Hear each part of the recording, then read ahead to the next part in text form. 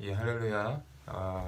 2021년 3월 17일 수요 중보 예배를 지금부터 시작하도록 하겠습니다. 제가 지금 기타가 너무 밤이기도 하고 그래서 기타 없이 진행하도록 하겠습니다. 양해 부탁드립니다. 자, 우리 십자가 그 사랑이라는 찬양을 함께 하도록 하겠습니다. 십자가 그 사랑 멀리 떠나서 무너진 나의 삶 속에 잊혀진 주 은혜 돌같은 내 마음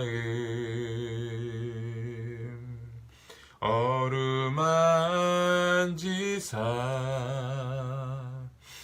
다시 일으켜 세우신 주를 사랑합니다. 주 나를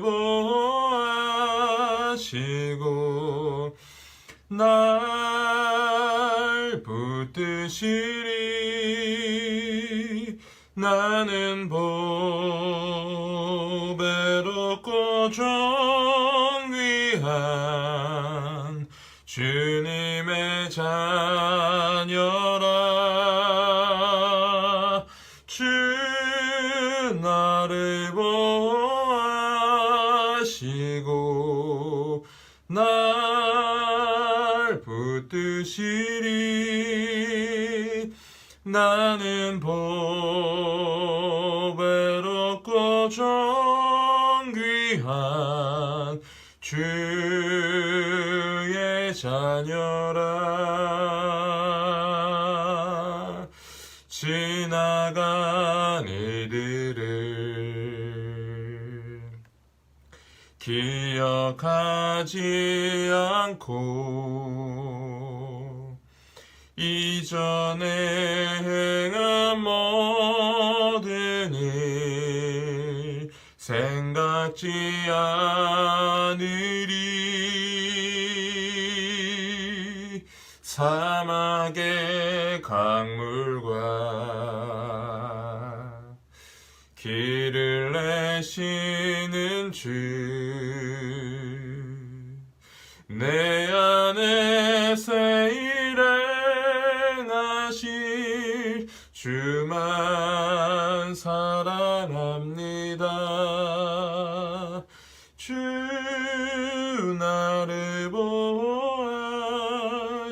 보아시고 날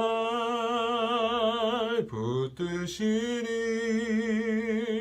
나는 보배롭고 존귀한 주님의 자녀라. 주 너를 보아시고 날 붙드시리. 나는 보배롭고 존귀한 주의 자녀라. 아멘. 기도하고 이 말씀을 듣도록 하겠습니다. 제 기도하겠습니다. 하나님 감사합니다. 우리 십자가 사랑으로 우리를 구원하여 주시고 또 그 사랑으로 우리를 이끌어 주셔서 온전히 가나안으로 인도하실 또 적과 꿀이 흐르는 땅으로 인도하시는 주님의 이름을 찬양하고 감사를 드립니다. 하나님, 우리가 당한 여러 가지 환난이 있고 시련이 있고 또 말할 수 없는 고통이 있고 억울함이 있을지라도 하나님 그 가운데에서 주님의 은혜를 배울 수 있도록 역사하여 주시고 주님의 인도하심에 따라 하나님의 은혜로 살아가는 귀한 하나님 중보기도팀 한 분 한 분 될 수 있도록 주님 역사하시고 인도하여 주시기를 간절히 원합니다. 내가 약할 때 강함이라는 하나님 바울의 고백처럼 이 고백이 우리 가운데에서 우리 심령 중심에서 터져나오게 하여 주시고 입술의 고백만이 아니라 중심의 고백으로서 주님을 예배하는 예배자가 될 수 있도록 역사하여 주시고 인도하여 주시옵소서. 이 시간도 하나님 암으로 투병 중이신 하나님 많은 환우분들이 계십니다. 하나님 정말 공고하고 낙심될 때마다 주님 찾아가 주셔서 그들을 친히 위로하여 주시고 하나님의 성령으로 다시 일어날 수 있도록 역사하여 주시옵소서. 몸은 약하여질지 모르지만 그 영혼은 날마다 강해지는 역사가 일어나게 하여 주시옵소서. 감사드리며 살아계신 우리 주 예수 그리스도 이름으로 기도하였습니다. 아멘. 우리 하나님 말씀 한 구절만 보도록 하겠습니다. 우리 갈라디아서 2장 20절입니다. 갈라디아서 2장 20절입니다.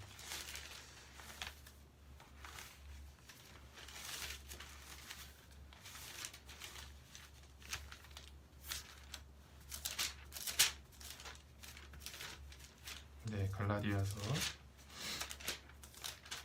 2장 20절입니다. 제가 읽어 올리도록 하겠습니다. 내가 그리스도와 함께 십자가에 못 박혔나니 그런즉 이제는 내가 사는 것이 아니요 오직 내 안에 그리스도께서 사시는 것이라. 이제 내가 육체 가운데 사는 것은 나를 사랑하사 나를 위하여 자기 자신을 버리신 하나님의 아들을 믿는 믿음 안에서 사는 것이라. 아멘.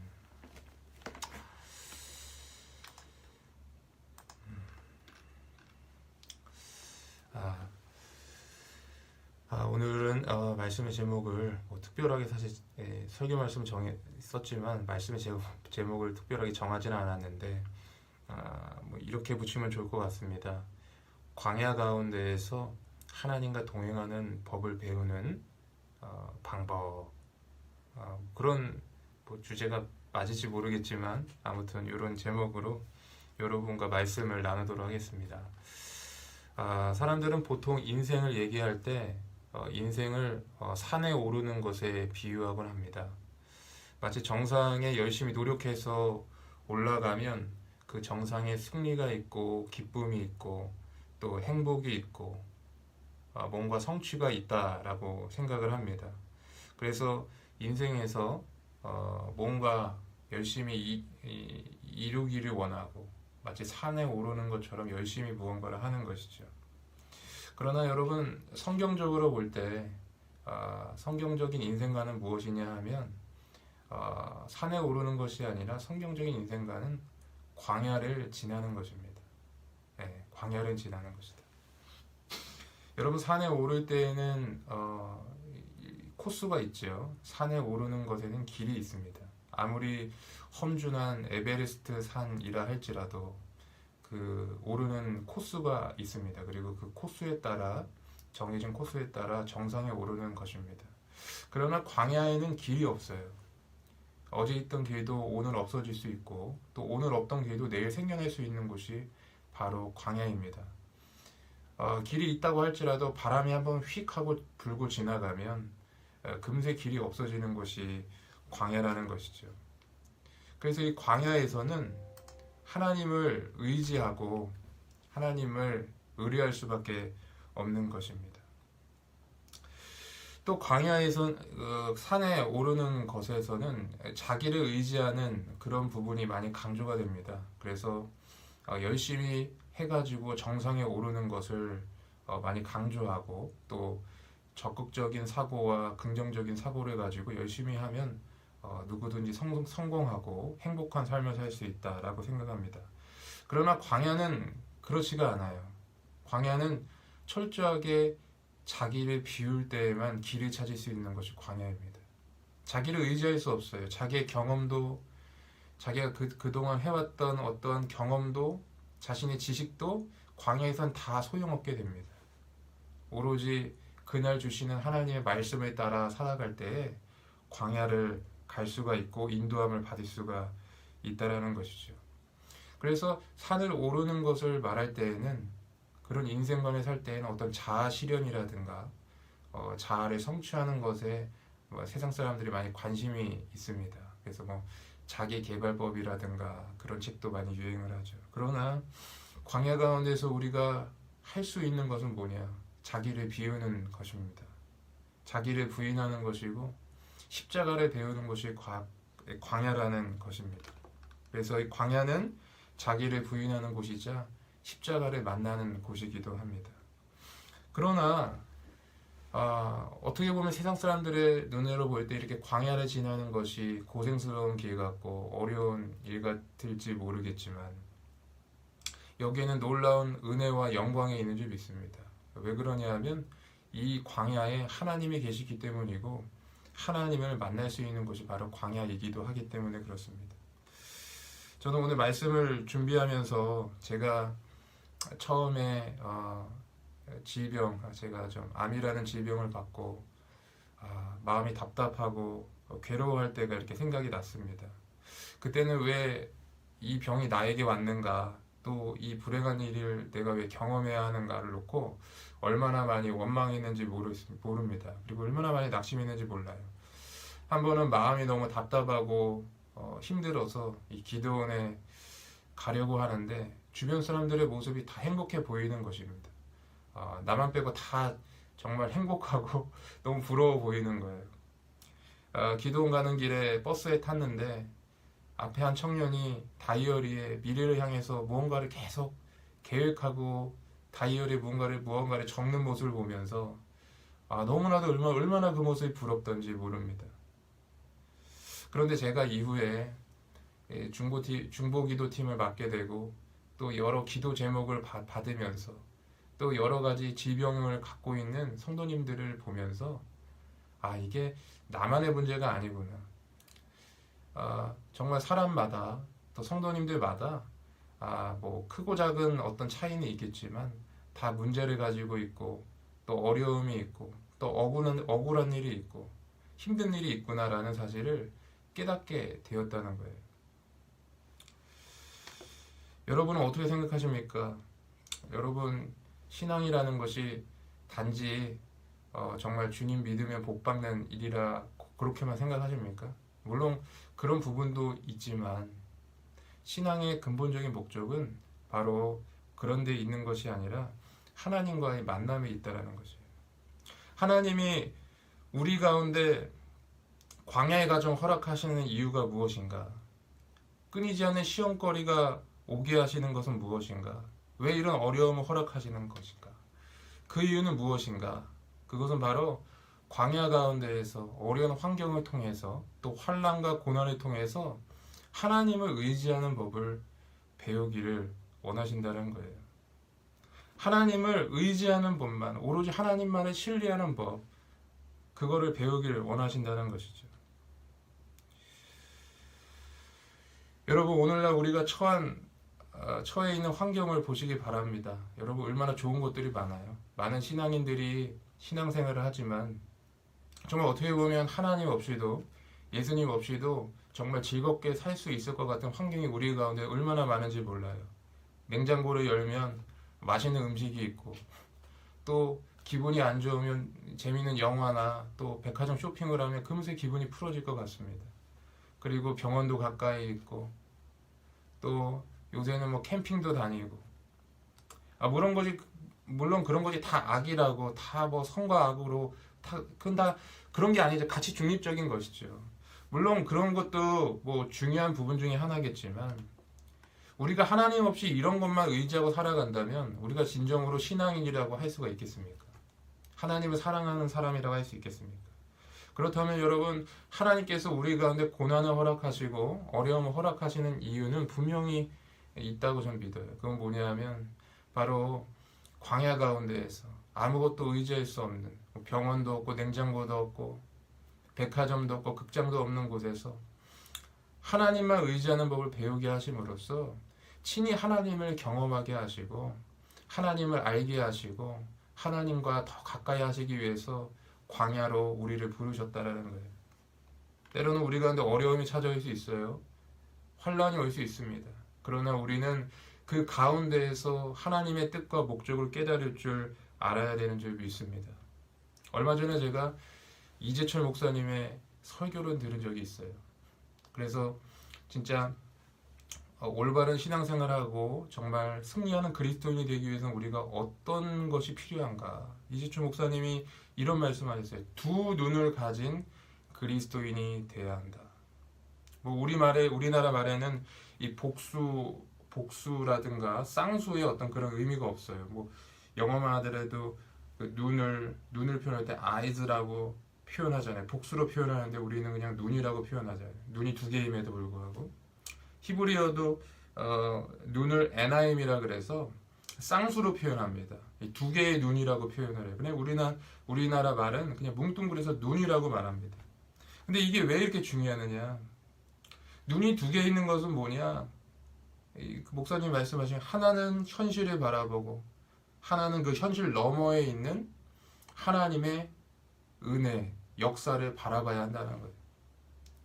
우리 눈앞에 닥친 어려운 환경이 있는데 그 어려운 환경이 내가 근데 너무나도 시험거리가 되고 어려움이 되고 낙심이 되고 낙담이 되고 또 되게 억울한 환경이 올 수도 있어요. 그러나 또 다른 한 눈은 그 현실을 바라보지만 또 다른 한 눈은 그 가운데서 역사하시는 하나님의 일을 바라봐야 된다는 거예요. 우리가 광야 같은 일이 올 수가 있어요. 어려운 일이 올 수가 있고 뭐 질병에 걸릴 수도 있고 어려운 시험이 올 수도 있습니다. 그때 우리는 무엇을 해야 하느냐? 현실만 바라볼 것이 아니라 함께 하신 하나님을 바라보고 그 하나님의 인도를 따라서 그 하나님을 의지하는 법을 배워야 해요. 여러분 이것이 진짜 믿음이고 진짜 신앙인 줄 믿으시기를 주님 축복합니다. 설교를 준비하면서 오래전에 읽은 이 최영섭 간사님이 쓴 예수전도단 그 출판사의 그 성령의 학교라는 책이 기억이 났어요. 거기에 보면 그 최영섭 간사님이 하나님이 성도들을 훈련시키는 과정이 마치 토기장이가 도자기를 빚는 과정과 같다 이렇게 표현하셨어요. 원래 토기장이라는 이름이 이 히브리어 원어의 그 의미로는 창조자라는 이름이 있대요. 창조하는 거죠. 자, 근데 토기장이가 도자기를 빚을 때 어떻게 하냐? 먼저 흙을 취하겠죠. 흙을 취해서 그 중심을 비우게 됩니다. 그리고 도자기 물레에 흙을 올려놓고 돌려가면서 모양을 빚습니다. 그러나 그 모양을 빚는 데서 끝나지 않고 반드시 거쳐야 되는 과정이 있는데 그것은 뭐냐면 도자기를 불가마에 집어넣는다는 거예요. 그래서 불가마에서 뜨겁게 구워야 한다는 겁니다. 그 책에 보니까 불가마의 온도가 약 200에서 400도 정도가 되면 진흙 속에 있는 유기물질로 된 불순물이 다 떨어져 나간다고 합니다. 그리고 온도가 더 올라가서 450도에서 60도, 600도가 되면 화학적으로 진흙에 결합되어 있는 물 분자들이 다 떨어져 나가고 또 불가마를 좀 더 뜨겁게 해서 약 900도 정도가 되면 그 불 속에서 그 도자기에 있는 그 흙 속에 있는 모든 잔여 불순물들이 제거된다는 거예요. 그래서 이 흙덩어리에서 이 크리스탈 도자기로 질적으로 변화되는 역사가 일어난다는 거예요. 그냥 물리적인 어떤 그런 모양의 변화가 아니라 어떤 질적으로 변하는 어떤 화학적인 변화의 반응이 일어나서 그냥 흙에서 도자기가 된다는 거예요.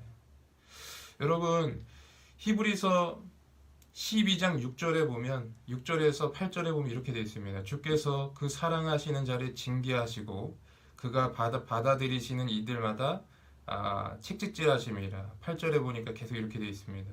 징계는 다 받는 것이거늘 너희에게 없으면 사생자여 친아들이 아니니라. 이렇게 기록되어 있습니다. 여러분 때로는 우리가 어려운 순간이 있죠. 고난스러운 순간이 있죠. 그리고 이런 고난으로 우리가 너무나도 힘들고 도무지 견딜 수 없을 것 같은 어려움이 있습니다. 저는 이 과정을 도자기가 불로 연단되는 과정이라고 생각을 합니다. 그 과정 속에서 하나님께서 우리 가운데 원하시는 것이 무엇입니까? 자기를 부인하는 거죠. 자기를 부인하고 하나님을 의지하는 법을 배우는 것이. 오늘 본문 말씀에 보니까 내가 그리스도와 함께 십자가에 못 박혔나니 그런즉 이제는 내가 사는 것이 아니요 내 안에 그리스도께서 사시는 것이라. 이제 내가 육체 가운데 사는 것은 나를 사랑하사 나를 위하여 자기 자신을 버리신 하나님의 아들을 믿는 믿음 안에서 사는 것이라. 여러분, 신앙이 뭡니까? 하나님의 아들을 믿는 믿음 안에서 사는 것입니다. 그러나 그 전에 전제되어야 되는 것이 있는데, 그게 뭐냐면 자기를 부인하는 거예요. 자기를 부인하고 믿음으로 하나님의 아들 예수 그리스도를 의지하는 법을 배우는 겁니다. 이게 바로 신앙생활이고, 하나님께서 우리 가운데 어려움과 환난을 주시고 고난을 주시는 그 광야를 허락하시는, 정말 길이 아무것도 보이지 않는 그런 상황을 허락하신 이유가 바로 여기에 있다라는 것입니다. 사랑하는 성도 여러분, 상황만 보지 마시고 하나님을 같이 보시기 바랍니다. 문제만 보지 마시고 그 문제를 주관하신 하나님을 보시기 바랍니다. 눈앞에 있는 상황만 보지 마시고 하나님께서 나중에 역사하셔서 나에게 주실 가나안 땅을 바라보시기 바랍니다. 그럴 때 시험을 능히 이기고 승리하고 여러분의 신앙의 모습이 정말 다른 사람이 보기에도 천사가 흠모할 만한 그런 정금과 같은 믿음으로 여러분들이 놀랍게 변화되는 줄 믿습니다. 그게 하나님께서 광야 가운데 여러분을 연단하신 이유라는 거예요. 바라기는 이 은혜가 여러분 가운데 충만하시기를 주의로 축복합니다. 사실 여러분, 제가 이렇게 설교를 하지만 저도 마찬가지입니다. 상황이 오고 힘들면 겁나고 두려움이 생기고 하나님이 보이지 않는 것 같은 그런 상황이 올 때가 많이 있어요. 어떤 의미에서 이 설교를 하는 것이 참으로 은혜인 것 같아요. 저는 이 설교를 준비하면서 한편으로는 그냥 어떻게 보면 이제 하나님 앞에서 예배하는 것 같기도 하고 어떤 그런 마음이 들기도 합니다. 저도 연약한 인간이고 제가 느끼는 걸 그냥 얘기하는 거예요. 제가 최근에 많이 느끼는 부분이 뭐 이런 부분 같아요.